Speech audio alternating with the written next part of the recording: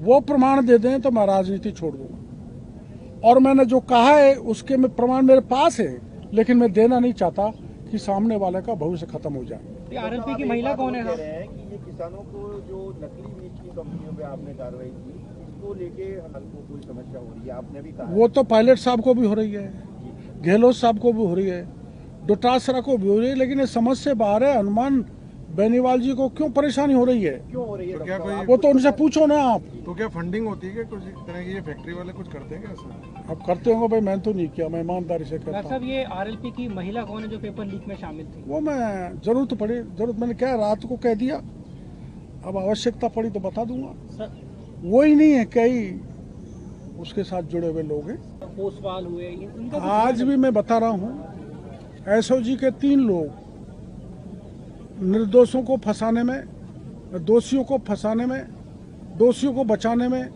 निर्दोषियों को फंसाने में, अपने मिलने वालों को पेपर पढ़ाने में थे, जिनके नाम मैंने आपको उस समय बताए थे। और उनका इतना सा हुआ, मोहनलाल पोसवाल को एसओजी से हटा के 12 भेज दिया, पर वो मैं उसको पर्याप्त कार्रवाई नहीं मानता। क्या होना चाहिए इसमें? सरकार आपकी है? सरकार हमारी है ना, जब तो कार्रवाई होगी। 58 फर्जी सब इंस्पेक्टर। रिपोर्ट दी थी, उसमें आपने लिखा था कि ऐसे जो हमने 400 फर्जी सब इंस्पेक्टर है, दस्तावेज सौंप दिए हैं। न, मैंने नहीं लिखा, मैं तो आपका वायरल हुआ है। नहीं, एसओजी को मैंने कागज दिए थे, पर कैबिनेट सब कमेटी का मैं सदस्य नहीं था, इसलिए क्या एसओजी ने लिख के दिया, क्या कैबिनेट सब कमेटी ने दिया, क्या एडवोकेट जनरल ने दिया, मेरे को इसकी पूरी जानकारी नहीं है।